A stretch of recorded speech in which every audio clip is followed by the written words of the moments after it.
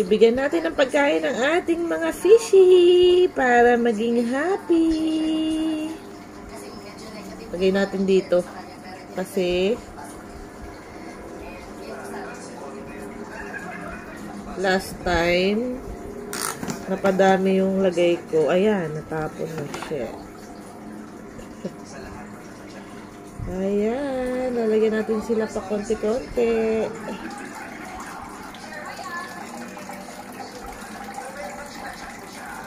Good morning!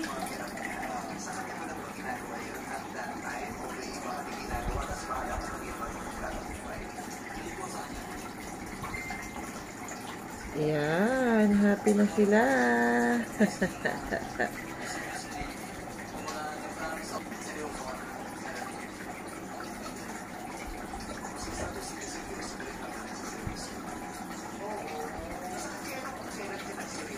Good morning, good morning.